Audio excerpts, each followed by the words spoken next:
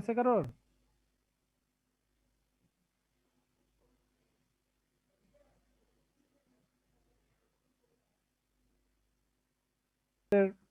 আমরা বলছিলাম যে কিছু ইনফরমেশন আমাদের কালেক্ট করতে হয়, ডাটা কালেক্ট করতে হয়, তারপরে সেটাকে অ্যানালিসিস করে আমাদের কিন্তু প্ল্যানিং এ যেতে হবে, ঠিক না? একজন বলো তো কি কি টাইপের ইনফরমেশন আমাদের প্রয়োজন বা কোথা থেকে আমরা পাবো?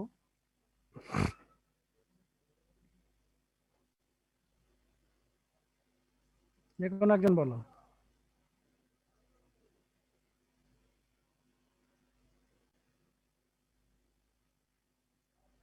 কে বলবে?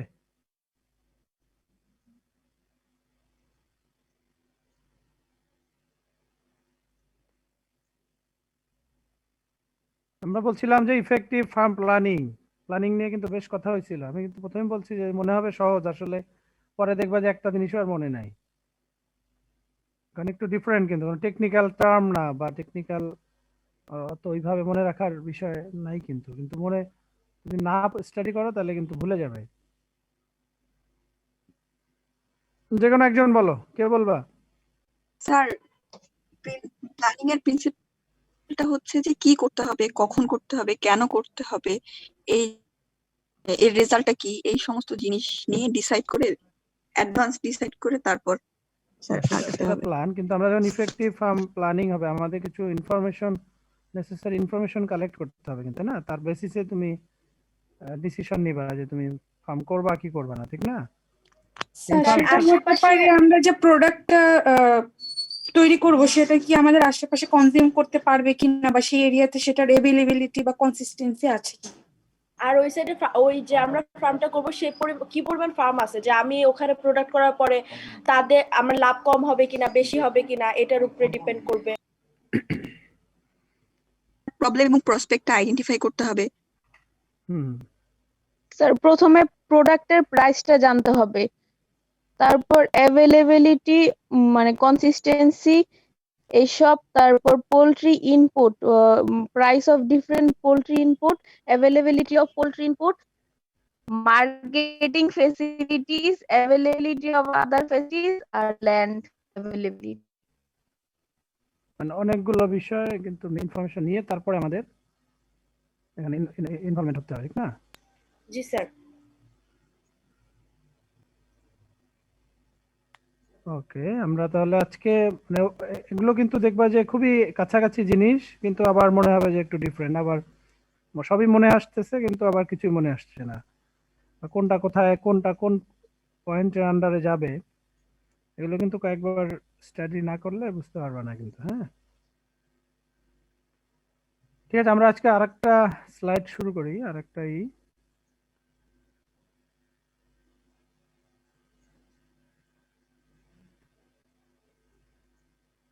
দেখা যাচ্ছে।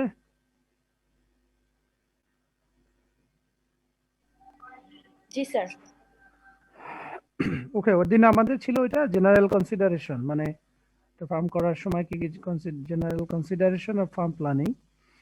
তো এটা আমরা ওইটারই একটা ধারাবাহিকতা বলতে পারি, অথবা একটু ডিফারেন্ট হতে পারে, সেটা আমরা পড়লে বুঝতে পারবো আর কি। ঠিক আছে, দেখো, পোলট্রি ফার্ম প্ল্যানিং, ওই দিন আসলে আমরা আলাপ করেছিলাম কিন্তু জেনারেল একটা ফার্ম প্ল্যানিং এর জন্য, যে কোনো একটা প্ল্যানিং এর জন্য, যে কোনো টাইপের, সেখানে তুমি চিকেন হতে পারে বা পোলট্রি হতে পারে, ওখানে গার্মেন্টস হতে পারে, যে কোনো টাইপের তুমি যখন একটা ইন্ডাস্ট্রি করবা, ফার্ম করবা, একটা প্রজেক্ট করবা, আমরা প্রজেক্টের কথা বারবার বলছিলাম যে প্রজেক্ট, হ্যাঁ, প্রজেক্ট আকারে আমরা বলবো, প্রজেক্ট করবা, তখন তোমাকে কি কি বিষয় কনসিডার করতে হবে এবং তার রিকোয়ারমেন্ট, ইফেক্টিভ ক্রাইটেরিয়া, এগুলো আমরা আজকে স্পেসিফিক যদি আমরা আসি, today we'll discuss about poultry farm planning and in related topics.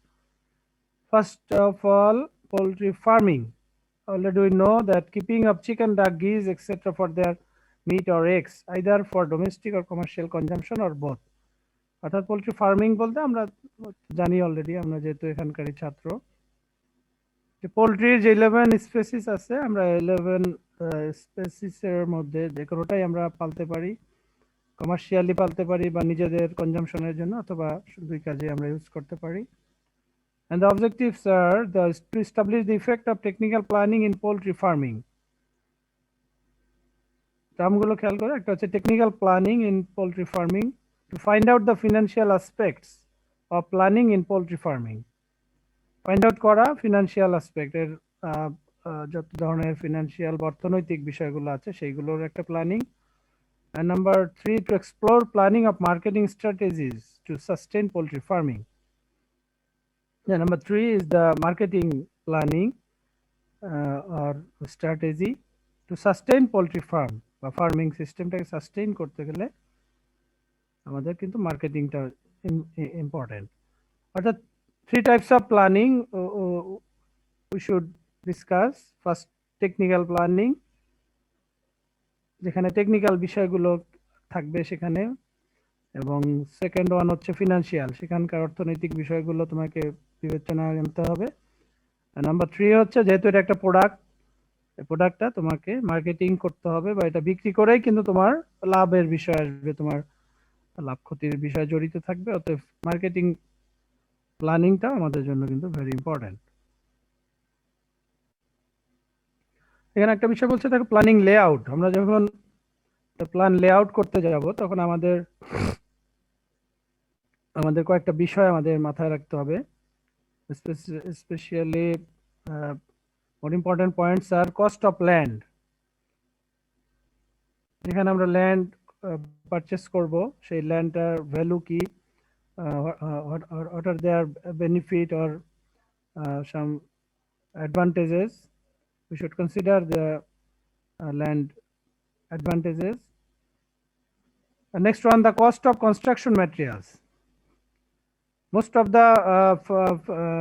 of your investment will go for construction of materials or development of physical facilities. So this is very important for especially the materials you use in your to establish in your farm, and their cost is very much important. Availability of utilities. We should ensure the some utilities that are very much necessary, such as electricity, gas, safe water, etc. অর্থাৎ তুমি যেখানে করবা সেখানে যেন তোমার others facilities গুলো তোমার available থাকে। তার মধ্যে আমরা বলছি যে যেমন ইলেকট্রিসিটি, গ্যাস, ওয়াটার, এগুলো যেন প্রাপ্যতা, সহজলভ্যতা থাকে, তাহলেই কিন্তু তুমি এটা চিন্তা করতে পারবা লেআউট করার সময়। নেক্সট হচ্ছে অ্যাভেলেবিলিটি অফ স্কিল পার্সোনেল। তোমার when establish your farm, you need some skilled personnel who manage your farm. এই ফার্মগুলো ম্যানেজ করার জন্য তোমাকে অবশ্যই কিছু স্কিল পার্সোনেল থাকতে হবে, এবং সেই স্কিলনেস সেটা লেবার হতে পারে, লেবার থেকে শুরু করে একদম ম্যানেজার পর্যন্ত যে কোনো লেভেলে যারাই থাকুক তারা যেন দক্ষ হয়। এই ধরনের দক্ষ লোক তোমার যদি অ্যাভেলেবেল থাকে সেটা তোমাকে দেখতে হবে। And next on the availability of equipment and their maintenance. তুমি হয়তো বড় এস্টাবলিশ করলা বড় মেশিনারিজ বা আদার্স টাইপ, কিন্তু but their spare parts or some very small equipments sometimes you need for maintenance. একটা বড় যন্ত্র বা একটা মেশিন দেখা যাবে ছোট একটা পার্টস এর জন্য কিন্তু বন্ধ হয়ে আছে, তো সেই স্পেয়ার পার্টস বলে থাকে। এই পার্টস গুলো যদি তোমার অ্যাভেলেবেল থাকে তাহলে কিন্তু দেখা যাবে তুমি ইজিলি সেগুলো হয়তো মেরামত করে নিতে পারবে। এবং এছাড়াও যে যত ধরনের যন্ত্রপাতি বা মেশিনারিজ বা ইকুইপমেন্টস তুমি ইউজ করবা সেগুলো যেন তোমার অ্যাভেলেবেল থাকে তোমার দেশে বা তোমার কাছে, এবং তাদের মেইনটেনেন্সটা যেন রেগুলার করা যায়। আচ্ছা, এটা সহজ, আমরা জানি যে এখানে বলা হচ্ছে যে কি কি ধরনের ফার্ম তুমি করতে পারো বর্তমান প্রেক্ষাপটে, সেটাই যে planning of commercial layer farm, broiler farm, modern poultry hatcheries, live stock farm, poultry processing plant, ডাক ফার্ম, কোয়েল ফার্ম, ইভেন ডাক কাম ফিশ ইন্টিগ্রেটেড ফার্ম। অর্থাৎ যে কোনো ধরনের ফার্ম তুমি এখানে করতে পারো, প্ল্যান করতে পারো, এবং সেটা আরো যে কোনো স্পেসিসে তুমি এখানে ঢুকাতে পারো, কোনো প্রবলেম নাই। ওকে, নেক্সট আমরা একটু দেখি আমাদের টেকনিক্যাল প্ল্যানিং এর মধ্যে কি কি বিষয়গুলো থাকে খুব শর্টলি এখানে আছে। Technical planning in poultry farming. Okay, poultry farming requires critical skills and knowledge on how to project can be undertaken. অবশ্যই আমাদের স্কিলস এবং নলেজ প্রয়োজন যে কিভাবে আমরা এই পোল্ট্রি ফার্মিং এর প্রজেক্টটা আমরা রান করতে পারি। Poultry housing should be built on a well-raised land for poultry sheds.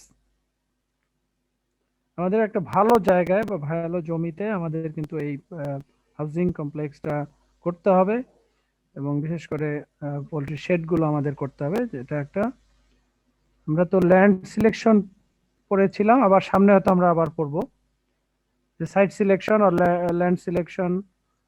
সেখানে আমাদের অনেকগুলো ক্রাইটেরিয়া আছে, সেগুলো বেস করে আমরা একটা জায়গা সিলেকশন আমাদের করতে হবে। Adequate and availability of basic infrastructure facilities and service. অর্থাৎ এখানে তোমার adequate and available basic infrastructure facilities and service. ইনফ্রাস্ট্রাকচারের আমাদের adequate এবং available থাকতে হবে ফ্যাসিলিটিস, এবং সেই সাথে কিন্তু সার্ভিসটাও, সার্ভিস মানে অল টাইপস অফ সার্ভিস তোমাকে টেকনিক্যাল প্ল্যানের মধ্যে কিন্তু এগুলো ইনক্লুড হবে, ইনফ্রাস্ট্রাকচার এবং ফ্যাসিলিটিসটাও, সার্ভিসটাও। Acquire basic training and experience. এখানে কিন্তু তোমাকে বেসিক ট্রেনিং, যারা কাজ করবেন, যারা এর মধ্যে ইনভলভ থাকবেন, তাদেরকে কিন্তু তাদের যেমন অভিজ্ঞতাও হতে হবে, অভিজ্ঞ থাকতে হবে, সেই সাথে তাদেরকে যেন তাদের বেসিক ট্রেনিং এর সুবিধা থাকে বা ট্রেনিং তারা করতে পারে, সেইটা কিন্তু আমাদেরকে এই টেকনিক্যাল প্ল্যানে সেটা আমাদের রাখতে হবে। Maintain efficient sanitation, equipment, housing, recycling materials etcetera. অর্থাৎ মেইনটেইন করার বিষয় থাকবে কি এফিসিয়েন্ট স্যানিটেশন প্রসিডিউর গুলো আমাদের মেইনটেইন করতে হবে এবং সেটা রেগুলার বেসিসে। Also equipments, housing, different housing এর বিভিন্ন রকম প্রবলেম হতে পারে, সেগুলো মেইনটেইন করা। ইভেন রিসাইক্লিং ম্যাটেরিয়াল, যেগুলো আমরা রিসাইকেল করে আবার ইউজ করব, সেই ধরনের ম্যাটেরিয়ালস গুলো কিন্তু আমাদের মেইনটেইন করব, কিভাবে করব, এগুলো আমাদের টেকনিক্যাল প্ল্যানের মধ্যে ইনক্লুড থাকবে। এরপরে দেখো purchase poultry equipments and machineries. পোল্ট্রির যে ইকুইপমেন্টস গুলো আমরা ইউজ করব আমাদের প্রজেক্টে,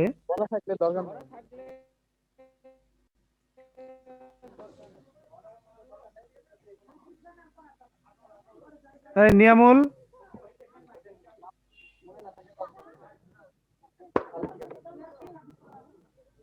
কথা বলে কে?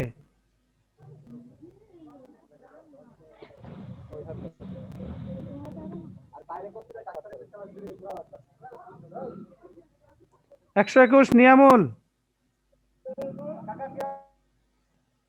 আমরা বলছি purchase poultry equipments and machineries, অর্থাৎ যে ইকুইপমেন্ট গুলো আমরা ইউজ করব বা মেশিনারিজ ইউজ করব, সেইগুলো কিন্তু আমাদের পারচেজ করতে হবে এবং সেই বিষয়টা কি কি কিনবো, কোথা থেকে কিনবো, কি কোন ধরনের ইকুইপমেন্টস, কোনটা ভালো কোনটা মন্দ, এই বিষয়গুলো কিন্তু আসলে টেকনিক্যাল প্ল্যানিং এ আমাদের থাকবে।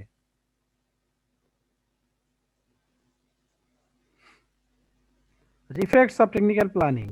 দেখো এখানে টেকনিক্যাল প্ল্যানিংটা আমরা কিন্তু সংক্ষেপে এটা আলাপ করছি। টেকনিক্যাল প্ল্যানিং এর করতে পারলে ইফেক্টটা কি হতে পারে? Self fulfilment in management of poultry farming.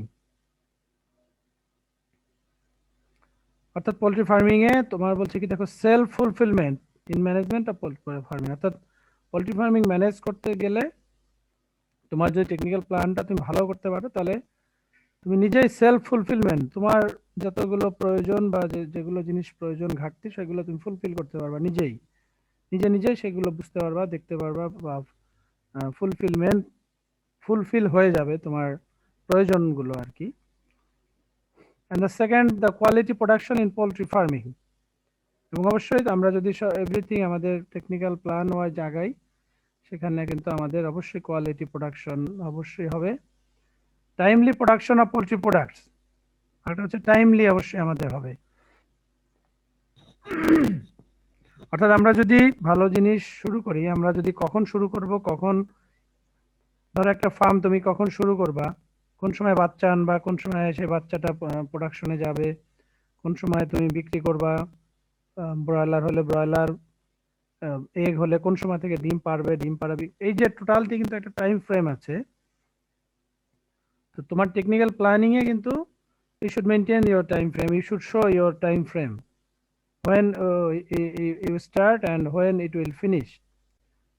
Then you will get proper production and quality production also and timely production also. Next on the market sustainability of poultry products. Important যেটা এটা এখানে একটা বিষয় যে market sustainability of poultry product, অর্থাৎ তোমার যে product আছে meat or egg, you can sustain in the market. Timely যদি তুমি দিতে পারো, তুমি যদি মনে করো কারোর সাথে তোমার চুক্তি হলো কোন একটা কোম্পানির সাথে যে প্রতি মাসে 1 তারিখে বা 5 তারিখের মধ্যে তুমি ব্রয়লার মনে করো যে তুমি 2000 3000 5000 ব্রয়লার সাপ্লাই করবা, এবং এটা যদি তুমি টাইমলি তোমার প্রোডাকশন হয় এবং তুমি তাদের সাথে চুক্তি করো, টাইমলি তুমি সাপ্লাই করো, তাহলে কিন্তু তোমার একটা সাস্টেইনেবিলিটি হবে, তোমার একটা মানুষের সুনাম বাড়বে এবং তোমার ফার্মটাও কিন্তু একটা মানে সুন্দর একটা ওয়েতে চলবে। বাট তুমি যদি কোনো কারণে আজকে 5 তারিখে দিলা, কালকে 7 তারিখে, পরের দিন 15 তারিখে, এরম যদি তোমার হয়ে যায়, তাহলে কিন্তু তোমার এটার কনসিস্টেন্সি থাকবে না এবং মার্কেটে তুমি কিন্তু সাস্টেইন করতে পারবে না। বিকজ অফ ইয়োর কনজিউমার বা your buyer they shift to another producer. যখন দেখবে যে তুমি টাইমলি দিতে পারছো না, তোমার কনসিস্টেন্সি নাই, দেন he will choose another one. তোমাকে বাদ দিয়ে তখন অন্য কাউকে চুজ করবে সে, যে না ওর কাছ থেকে নিলে প্রোডাক্টটা রেগুলার পাওয়া যায় না, এবং এটা ultimately your farm will not sustain. Next হচ্ছে ডিজিজ কন্ট্রোল অ্যান্ড ম্যানেজমেন্ট। এটা একটা ইম্পর্টেন্ট বিষয় আমাদের জন্য, কারণ ডিজিজ প্রিভেনশন করা এবং সেটাকে ম্যানেজ করা, হেলথ ম্যানেজমেন্ট যেটা আমরা বলি, এটা কিন্তু আমাদেরকে জানতে হবে। এটা আমাদের টেকনিক্যাল প্ল্যানিং এর একটা বড় অংশ। আমরা বুঝতে পারবো যে সাপোজ কখন আমাদের ভ্যাকসিন দিতে হবে, আমরা কিন্তু এটা আমাদের শিডিউল থাকবে, যে লেয়ার হোক, ব্রয়লার হোক, প্যারেন্ট হোক, আমাদের কিন্তু একটা ভ্যাকসিনেশন শিডিউল থাকবে, শিডিউল ওয়াইজ তোমাকে তুমি দিতে পারবা। বা কখন আমার একটা ভিটামিন দিতে হবে, কখন আমাকে কোনো কারণে মেডিকেশন করতে হলে মেডিকেশন করতে হবে, এগুলো কিন্তু this is also part of technical planning and it will include in your project proposal এ তোমাকে অবশ্যই এটা থাকতে হবে। নেক্সট হচ্ছে mitigation measure of insecurity and other calamities. যে কোনো ক্যালামিটিস বলতে আমরা বলছি যে কোনো ন্যাচারাল প্রবলেম বা দৈব দুর্বিপাক বলি, যে কোনো ন্যাচারাল ঝড় ঝাপটা থেকে শুরু করে গরম ঠান্ডা নানান ধরনের এনভায়রনমেন্টাল বা আদার্স প্রবলেম আমাদের কিন্তু ফেস করা লাগতে পারে, এবং সেখানে ওরকম হলে কিন্তু তোমার জন্য তুমি একটা ইনসিকিউর হয়ে যাবে, তোমার ইনসিকিউরিটি ফিল করবা, বা তোমার ফার্ম কিন্তু সেই সময় কিন্তু ক্ষতিগ্রস্ত হতে পারে। সেগুলো থেকে উপায় বের করা বা উপায়ের জন্য কিন্তু তোমার এই প্ল্যানিং এ, টেকনিক্যাল প্ল্যানিং এ মেজার থাকতে হবে, যে এরকম যদি প্রবলেম হয় আমরা কি করতে পারি সেই সময়টা, এবং কিভাবে আমরা আমাদের ফার্মটাকে ওই সময়টা স্মুথলি রান করতে পারি। মনে করো যে ন্যাচারাল ক্যালামিটিজ এর মধ্যে ঝড়ঝাপটার তো বাদই দিলাম, আমাদের আরেকটা বড় ক্যালামিটিজ হচ্ছে আমাদের যে এই যে political unrest or other types of mass people gathering. ধরো বিভিন্ন সময় যে হরতাল থেকে শুরু করে, ধরো হরতাল, অবরোধ, এটা সেটা নানান কারণে কিন্তু আমাদের কিন্তু গাড়ি ঘোড়া বন্ধ থাকে, আমাদের মার্কেটিং বন্ধ থাকে, নানান ধরনের প্রবলেমে কিন্তু আমরা মাঝে মাঝে পড়ি। সেই সময় বা সেই ধরনের প্রবলেম পড়লে, মনে করো তোমার ফার্মে আজকে বিক্রি হওয়ার কথা ব্রয়লার, দেখলা যে আজকে এখানে পরিবহন ধর্মঘট, এটা একটা বিষয় যে পরিবহন ধর্মঘট, অনির্দিষ্টকালের জন্য পরিবহন ধর্মঘট, তখন তুমি এই সময়টা কি করবা? বা এই যে কয়েকটা দিনের জন্য বা কিছু সময়ের জন্য বা এই ধরনের যদি প্রবলেম তুমি ফেস করতে পারো, সেই সময়টা তোমার জন্য কি করা, এগুলোও কিন্তু তোমার এই টেকনিক্যাল প্ল্যানিং এ থাকবে। যে এই ধরনের প্রবলেম হতে পারে, যেটা আমরা আরো একটু কিছুদিন রাখার জন্য যে ব্যবস্থা সেটা নিতে হবে, অথবা এই সময়টা আমরা হতে পারে যে এটা এগুলোকে আমরা প্রসেস করে আমাদের হয়তো একটা চিল রুম থাকলো, কোল্ড রুম থাকবে, সেখানে আমরা প্রসেস করে রেখে দিতে পারি, যেন আমার একবারে লস হওয়ার চেয়ে আমি সেটাকে অন্যভাবে ইউজ করতে পারি। এই যে বিষয়গুলো, এই ধরনের অল্টারনেট ওয়ে, অল্টারনেট প্রিজার্ভ হোক আর মার্কেটিং হোক চ্যানেল তোমাকে কিন্তু খুঁজে বের করতে হবে। তো এগুলো হচ্ছে মোটামুটি আমাদের একটা আমরা একটা টেকনিক্যাল প্ল্যান ইফেক্টিভ করতে গেলে আমাদের এই বিষয়গুলো মাথায় রাখতে হবে এবং আমাদের বিষয়গুলো নিয়ে আমাদের জানতে হবে। এখানে একটা চ্যালেঞ্জ বলছে, দেখো, poor technical planning results to negative results of the positive effect. অর্থাৎ তোমার প্ল্যান যদি দুর্বল হয়, সেটা তোমার যে পজিটিভ ইফেক্টটা হওয়ার কথা ছিল, তোমার যে লাভ হওয়ার কথা ছিল, তোমার ফার্মটা যে বৃদ্ধি হওয়ার কথা ছিল, সেই পজিটিভ ইফেক্টের উপর সে কিন্তু নেগেটিভ রেজাল্ট ফেলে বা অর্থাৎ নেগেটিভ ইফেক্ট ফেলবে। অর্থাৎ তুমি যেটা চাচ্ছ বা তোমার যেটা আশা ছিল সেটা you will not achieve your desiredness। এই কারণে আমাদের প্ল্যান, যেটা আমরা বারবার বলছি যে প্ল্যান আমাদের কিন্তু অল ক্ষেত্রে আমাদের দরকার। এটা তো ফার্মের ক্ষেত্রে দরকার, আমাদের এই যে একাডেমিক্স এর ক্ষেত্রেও দরকার, আমাদের লাইফ জীবনের নিজেদের জীবনের ক্ষেত্রেও দরকার। তুমি যখন পড়ালেখা করবা, তোমার একটা নির্দিষ্ট শিডিউল থাকবে, তোমার কবে কখন ঘুম থেকে উঠবা, কখন পড়বা, কয় ঘন্টা পড়বা, কি পড়বা, তোমার দিনের টোটাল টাইমটা কিন্তু একটা প্ল্যানের মধ্যে থাকতে হবে। এখন কেউ আছে কোনো প্ল্যান ছাড়াই লাইফ চলতেছে, হলের মধ্যে আসে, তাই কোনো ক্রমে ক্লাস করে, আবার যে ঘুমতেছে, ফিরতেছে, ঘুমাইতেছে, আড্ডা মারতেছে, টিভি দেখতেছে, মোবাইল টিপতেছে, আবার পরের দিন এসে কোনো ক্রমে ঠেলতে ঠেলতে ক্লাসে ঢুকতেছে। এটা কিন্তু বেশিরভাগের প্ল্যান এখন এরকম, বেশিরভাগই এটা প্ল্যান ছাড়া লাইফ চলতেছে। কিন্তু এর মধ্যে থেকেও যারা কিছুটা হলেও একটু সিস্টেমেটিক আছো, যারা ডিসিপ্লিন ওয়েতে চলার চেষ্টা করবা, দেখবা যে তোমার কিন্তু achievement, success is better compare to others. অর্থাৎ এখানে কিন্তু তোমাকে একটা বড় জায়গা, এবং তোমার জীবন যেহেতু এখানটাই তোমার জীবনের একটা মেজর এরিয়া, এবং সেটা হয়তো আর 1-2 বছর। এই সময়টা you will make your plan effectively, যে আমাকে একটা রেজাল্ট করতে হবে, ভালো রেজাল্ট করতে হবে, বা একটা টার্গেট থাকবে যে এই টার্গেটে আমার আগাতে হবে। So I can do anything. তুমি ক্লাস করবা, বন্ধু বান্ধব থাকবে, আড্ডা দিবা, ঘুরবা, সেটা সব ঠিক থাকবে, কিন্তু আবার যে তোমাকে তোমার পড়ালেখাটা করতে হবে। ঠিক আছে?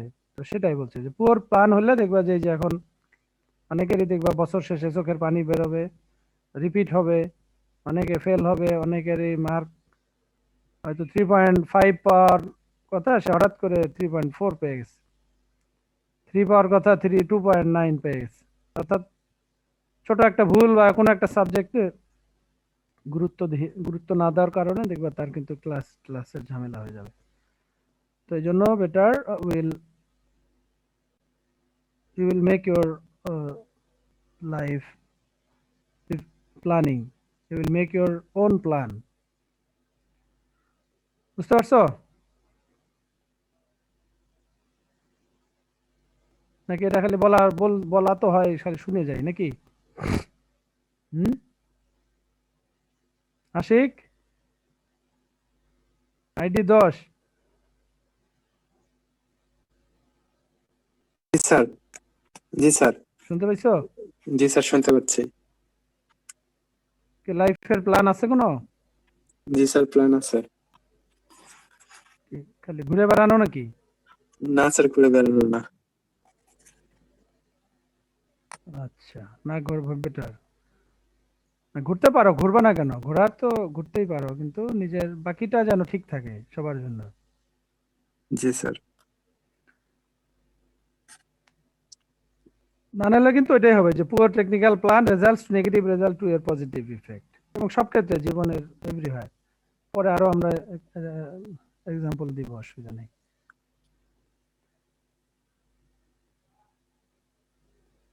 ওকে, নেক্সট দেখো financial planning of poultry farming, যেটা সেখানে বলা হচ্ছে যে financial planning is the key to poultry farming management in terms of purchase of poultry equipments, maintenance and marketing অর্থাৎ ফিনান্সিয়াল আসলে সব ক্ষেত্রেই লাগবে, সেটা আমরা বলছি যে ইকুইপমেন্টস কেনা, ল্যান্ড কেনা বা যে কোনো পারচেস করার জন্য সেগুলো মেনটেনেন্স, ইভেন মার্কেটিং এর সময়ও কিন্তু তোমার তোমার কিন্তু ফিনান্সিয়ালের বিষয়টা প্রয়োজন, বা কিভাবে তুমি প্রাইস নির্ধারণ করবা, কিভাবে বিক্রি করবা, কোথায় নিয়ে যাবা, এক্ষেত্রেও তোমার কিন্তু ইনভলভমেন্ট প্রয়োজন হবে ফিনান্সিয়ালের।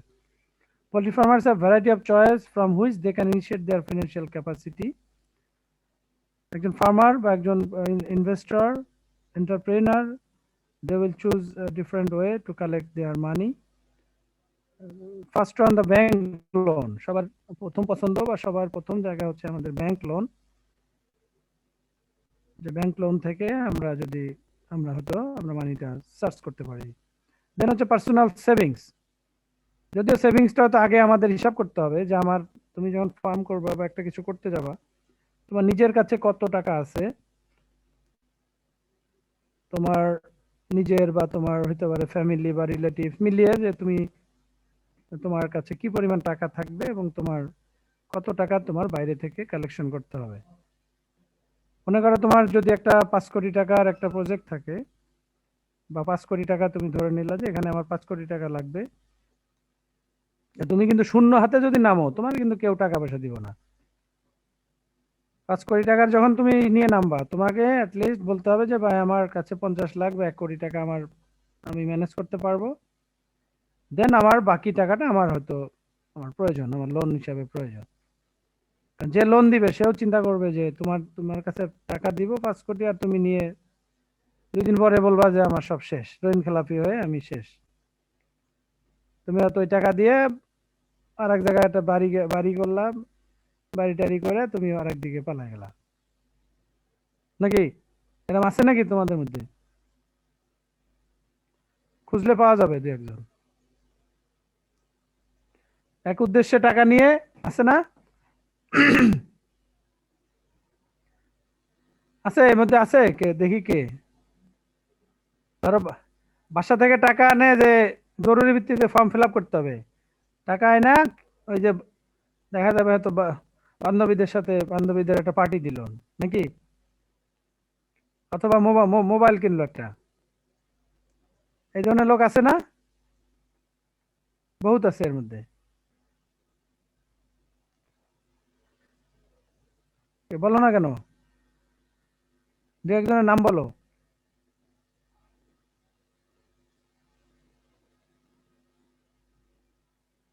সবাই কি ভালো? আমার তো মনে হচ্ছে না। আনোয়ার 136, জি স্যার। এরকম লোকজন আছে গ্রুপে? স্যার নাম বলা যাবে না স্যার। ও না, আছে তো তাহলে নিশ্চিত। জি স্যার আছে। এরকম তো 100% থাকবে, কারণ দেখা যাবে এত বান্ধবীর জন্মদিন, তারা তো একটা ভালো গিফট দিতে হয়, বাসা থেকে কোনোভাবে একটা এটা সেটা বললে টাকা নিয়ে আসলাম, ঠিক না? জি স্যার। তো এগুলো হচ্ছে তোমার, এটা কিন্তু তোমার একটা মানে তুমি যে কি করতে চাচ্ছ, এটা যে দিবে সেও কিন্তু বুঝবে, বা তারও কিছুটা গেস করতে হবে যে টাকাটা দিলাম, সে টাকাটা কি সে আসলে ওই কাজে খরচ করবে না অন্য কাজে খরচ করবে। বুঝতে পারছো? ব্যাংকে গেলা, ভাই যে আমার টাকা লাগবে, এই টাকা দিলা আর দিয়ে দিল, এত সহজ না। নেক্সট হচ্ছে আমরা আর কোথা থেকে পেতে পারি, যেমন কমিউনিটি বেসড অর্গানাইজেশন, বিভিন্ন এরকম ফিনান্সিয়াল অর্গানাইজেশন থাকে বা কমিউনিটি বেসড থাকে, বা মাল্টিপারপাস কোঅপারেটিভ সোসাইটি, এরকম বিভিন্ন নামে দেখবা আছে না? অমুক কোঅপারেটিভ সোসাইটি, এটা সেটা দেখবা যে শহরে শহরে মোড়ে মোড়ে থাকে। তো সেরকম বড় কোনো জায়গা থাকলে সেখান থেকে কিন্তু তুমি কিছু লোন সংগ্রহ করতে পারো। নেক্সট হচ্ছে প্রজেক্ট ক্যাপিটাল এক্সপ্যানশন, অর্থাৎ এখানে আরেকটা হচ্ছে যে তোমার অনেক সময় থাকে যে প্রজেক্টের যে ক্যাপিটাল, অর্থাৎ যে ক্যাপিটাল থাকে সেখানে কিছুটা বাড়তি টাকা, বা তোমার প্রজেক্টটা যদি এক্সপানশন করতে হয়, অনেক সময় টাকা একটু বেশি ধরে রাখতে হয়। হ্যাঁ, অনেক জায়গায় এরকম টাকা ধরে রাখার একটা বিষয় থাকে, বা এক্সট্রা কিছু টাকা থাকে, যেখানে যে প্রজেক্টটা আমরা যদি বাড়ানোর জন্য আমরা এই টাকাটা রেখে দিছিলাম বা স্টক করে রেখে দিছিলাম বা আমাদের সেভিংস করে রাখা আছে কোনো কোথাও, সেই সব জায়গা থেকেও আমরা সেই টাকা থেকেও আমরা কিছু টাকা অগ্রিম নিয়ে নিতে পারি। যে এই টাকা যেহেতু 1 বছর পরের কাজ করার জন্য ধরা আছে, এক্সপানশনের জন্য আমরা আগে আমরা এটা আমাদের যে দেওয়া হয় আমরা 1 বছর পরে হয়তো আমরা সেটা দিয়ে দিব। এরপর আছে ইন্ডিভিজুয়াল আর এনজিও সাপোর্ট। ইন্ডিভিজুয়াল মানে তো যে কোনো পার্সোনাল, বন্ধু বান্ধব থেকে শুরু করে যে কেউ হতে পারে, যে ভাই তুই 5 লাখ দে, তুই 10 লাখ দে, হ্যাঁ এইভাবে হতে পারে। অথবা এনজিও থেকেও আমরা বিভিন্ন রকম এনজিও থেকে হয়তো বড় আকার না হলেও ছোট ছোট আকারে কিন্তু আমরা সাপোর্ট বা আমরা নিতে পারি, বা কিছু ওই যে ক্ষুদ্র ঋণ বা মাইক্রো ক্রেডিট বিভিন্ন ফ্যাসিলিটিস থাকে তাদের কাছ থেকেও আমরা কিন্তু এগুলো কালেকশন করতে পারি।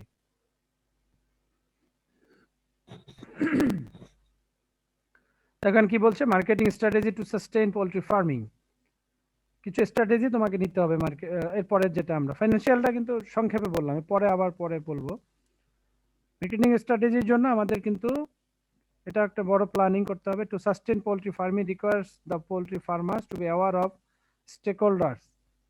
এটা একটা বড় সেন্টেন্স, দেখো বলছে যে planning of marketing strategies to sustain poultry farming requires কি the poultry farmers to be aware of the stakeholder involved in market sustainability, source of information on the available market, modes of marketing their product, identifying their competitors, and working in direct and indirect partnership to promote growth and sustain market poultry products. এটা standard 2002 মানে তার একটা ব্যাখ্যা। অর্থাৎ এখানে আমার বা তোমার, তুমি যখন ফার্ম করবা বা ফার্মার করবে, তাকে ফার্স্ট দেখো aware of the stakeholder involve. তোমাকে প্রথমেই জানতে হবে যে তোমার মার্কেটে বা তোমার এখানে কারা কারা স্টেক হোল্ডার আছে, মানে আরো কারা কারা ইনভলভমেন্ট আছে এই মার্কেটে বা এই মার্কেটিং করতে গেলে কারা কারা এখানে ইনভলভমেন্ট থাকে। এই বিষয়টা তোমার কিন্তু খুব স্বচ্ছ ধারণা থাকতে হবে। কারণ তুমি যদি মার্কেট প্রোডাক্ট তৈরি করবা, আমরা জানি যে মোটামুটি প্রোডাক্ট থেকে প্রথমে থাকে ওই যে পাইকাররা, তারপরে থাকে আড়তদার, তাই না, এরপরে থাকে ধরো মহাজন। এইভাবে কিন্তু আমাদের অনেকগুলো মিডলম্যান থাকে, মানে মাঝখানে অনেকগুলো ধাপ থাকে, তাদের মাধ্যমে কিন্তু তোমাকে তোমার এই যে মুরগি বলো, ডিম বলো, এগুলো কিন্তু তোমাকে কিন্তু বিক্রি করতে হয়। অথবা আবার হতে পারে যে তুমি সরাসরি যদি ঢাকায় বিক্রি করতে চাও, সেখানেও কিন্তু দেখবা যে ওখানেও কিছু মিডলম্যান থাকবে বা কিছু এজেন্সি থাকবে, কিছু পার্সোনেল থাকবে যারা হয়তো তোমাকে ওইখানকার মার্কেটটা সম্পর্কে জানাবে, মার্কেটটা ধরে দিবে, বা মার্কেটে তোমাকে প্রবেশ করানোর জন্য তাদেরকে তোমার হয়তো কিছু পেমেন্টও করতে হবে। এছাড়া হতে পারে যে আরো যারা স্টেক হোল্ডার তোমার মতো আরো যারা আছে এরকম ইনভলভমেন্ট যাদের আছে, তারাও কিন্তু ওখানে বিভিন্নভাবে কিন্তু বিভিন্ন ভূমিকা রাখে। বিভিন্ন সংগঠন থাকতে পারে, অর্গানাইজেশন থাকতে পারে। তো এই ধরনের স্টেক হোল্ডার যারা আছে, এভরি স্টেক হোল্ডারদের তোমার কিন্তু আগে তাদের সম্পর্কে জানতে হবে। এরপর দেখো sources of information on the available market. যে মার্কেটে তুমি বিক্রি করতে যাচ্ছ সে মার্কেট সম্পর্কে তোমার কিন্তু ইনফরমেশনটা একদম ক্লিয়ার থাকতে হবে, যে কোথায় গেলে বিক্রি হবে, কার কাছে গেলে বিক্রি হবে, কত টাকা আজকে মার্কেটে ডিমের দাম কত, মুরগির দাম কত। তোমার কি ময়মনসিংহে মুরগির দাম আজকে 100 টাকা, দেখা যাবে গাজীপুরে হয়তো 90 টাকা, আবার ঢাকায় গেলে 110 টাকা। এই যে ইনফরমেশনগুলো ডেইলি তোমাকে মানে ক্লিয়ার জানতে হবে এবং সেই অনুযায়ী তোমাকে কিন্তু ব্যবস্থা নিতে হবে। Modes of marketing there product. তোমার যে প্রোডাক্টটা আছে সেটার কিভাবে তুমি বিক্রি করবা, মুড অফ মার্কেটিং। তুমি কি সেটা একটা হতে পারে, যেমন মার্কেটিং এর মুড আছে, ক্যাশে হতে পারে অথবা ক্রেডিটে হতে পারে। কি ওয়েতে তোমার মার্কেটিংটা তুমি করবা সেটা তোমার মানে স্ট্র্যাটেজির মধ্যে থাকবে। আইডেন্টিফাইং দেয়ার কম্পিটিটরস। এরপর একটা ইম্পর্টেন্ট হচ্ছে যে তোমার কম্পিটিটর কারা। মনে কর তুমি এখানে বড় একটা ব্রয়লার ফার্ম করলা, তোমার এখানে কিন্তু আরো অনেক ফার্মার থাকতে পারে। তো সেই কম্পিটিটর যারা আছে তোমার, সেই কম্পিটিটরদেরকে তোমার কিন্তু আইডেন্টিফাই করতে হবে। এবং বলছে working in direct and indirect partnership, হতে পারে যে সরাসরি বা ইনডাইরেক্ট পার্টনারশিপের মাধ্যমে তাদের মাধ্যমে তোমার একটা হয়তো একটা তুমি গ্রুপ করে নিতে পারো, অ্যাসোসিয়েশন করতে পারো, বিভিন্নভাবে তোমাকে এদের সম্পর্কে জানা এবং এদের সাথে মিলে তোমাকে growth and sustain poultry market product, এই প্রোডাক্টটাকে তোমার কিন্তু মার্কেটে বিক্রিও করতে হবে এবং সেটা সাস্টেইনও করতে হবে তোমার। অর্থাৎ তুমি 5 কোটি টাকা খরচ করে একটা ফার্ম করে যদি দেখা গেল যে মার্কেটিং অবস্থা দুর্বল বা বিক্রি করতে যদি না পারো তোমার প্রোডাক্ট, বা বিক্রি করে যদি লসই হয়, তাহলে কিন্তু আর তোমার এই ফার্ম কিন্তু আর সাস্টেইন করবে না, অটোমেটিক্যালি এটা অফ হয়ে যাবে। আচ্ছা, আমরা 2-3 কয়েক মিনিট নিব। আচ্ছা, এটার মধ্যে পরে কন্টিনিউশন দেখো, বলছে স্টেক হোল্ডার অ্যানালিসিস। এখানে আমরা এগুলো একটু পরে যাব, আর একটু ডিটেলস হালকা যাব। স্টেক হোল্ডার অ্যানালিসিসের মধ্যে বলছে দেখো ফার্মার, আরো যারা আছে, ফার্মার্স আছে, ফিড মিলার্স আছে, consumer, government, NGO, trading partner, এরা কিন্তু একটা স্টেক হোল্ডার এখানে। হ্যাঁ, ফিড মিল যেমন আমাদের ফিড লাগবে, কনজিউমাররাও নিজেরাও একটা স্টেক হোল্ডার, গভর্নমেন্ট সরকার একটা স্টেক হোল্ডার, এনজিও হতে পারে, ট্রেডিং পার্টনার এক্সেপ্ট, এরাও কিন্তু একটা তোমার কিন্তু আসলে স্টেক হোল্ডার গুলোর মধ্যে এরাও কিন্তু পড়ে যাবে একদম, শুধু তুমিই না, তোমার সাথে এভরিবডি। আরেকটা বলছে দেখো information access for poultry market, তোমাকে যে বললাম যে মার্কেটের ইনফরমেশন নিতে হবে, কিভাবে নিবা তুমি? এটা যে কোনো ভাবে নিতে পারো, যেমন ম্যাগাজিন হতে পারে, নিউজ পেপার হতে পারে, অনলাইন নিউজ হতে পারে, আর্টিকেল হতে পারে, অফার, বিভিন্ন ধরনের অফার থাকতে পারে, অ্যাডভার্টাইজমেন্ট হতে পারে। অফার মানে ধরো অনেক সময় দেখবা যে মনে করো এগুলো হয়তো পোল্ট্রির ক্ষেত্রে না হলে অন্যান্য ক্ষেত্রে আসে, যেমন ওই যে শ্যাম্পুর সাথে মনে করো যে শ্যাম্পুর সাথে টাওয়েল ফ্রি, ঠিক আছে, একটা কিনলে আরেকটা ফ্রি, তারপরে 3টা কিনলে একটা ফ্রি, এরকম অফার থাকে বিভিন্ন সময়, থাকে না? তেল কিনলে মনে করো তেলের সাথে তেলের হয়তো সাথে আরেকটা ছোট দিয়ে দিল, ভ্যাসলিন ফ্রি।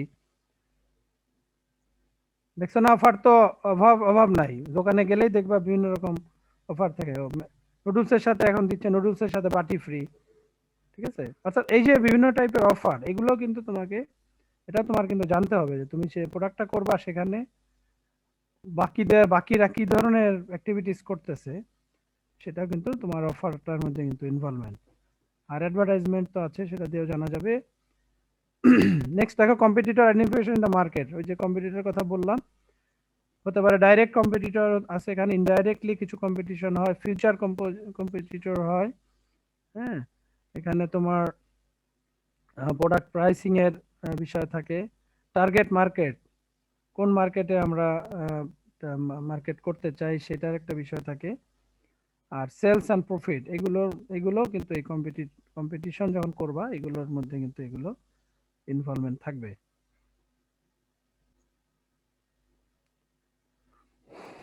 এটা আরো আছে রে, আর কয়টা স্লাইড আছে? আচ্ছা, এটা দিয়ে আমরা শেষ করি আজকে। রিকমেন্ডেশন কনক্লুশন, এটা জাস্ট ছোট করে, যে ensure adequate capacity on technical, financial and marketing approaches in management of poultry farming. তোমাকে এনশিওর করতে হবে যে adequate capacity on technical, financial and marketing approach in management of poultry farming. অর্থাৎ poultry farming তোমাকে sustain করতে গেলে, ভালো করতে গেলে টেকনিক্যাল, ফিনান্সিয়াল, মার্কেটিং অ্যাপ্রোচগুলো অ্যাডিকুয়েট হতে হবে এবং সেটা এনশিওর করতে হবে। Ensure poultry farming reflect current economic condition, তুমি ফার্ম করতেছো সেটা যেন কারেন্ট ইকোনমিক কন্ডিশনের সাথে একটা রিফ্লেকশন থাকে। এমন কিছু ধরলা, এমন ভাবে তুমি প্ল্যান করলা যেটা বর্তমান বাস্তবতার সাথে মিলবে না, বা এমন বললা যে ফার্ম থেকে এইভাবে লাভ হবে, যে ব্রয়লার ফার্ম করলে বছরে দেখবা কোটিপতি হয়ে গেছে, সেটা কিন্তু বর্তমান ফিনান্সিয়াল অবস্থার সাথে সেটা কোনোভাবেই যায় না। কারণ পোলট্রি ফার্ম করে, ব্রয়লার ফার্ম করে এখন কিন্তু বেশিরভাগ খামারি লস খাচ্ছে।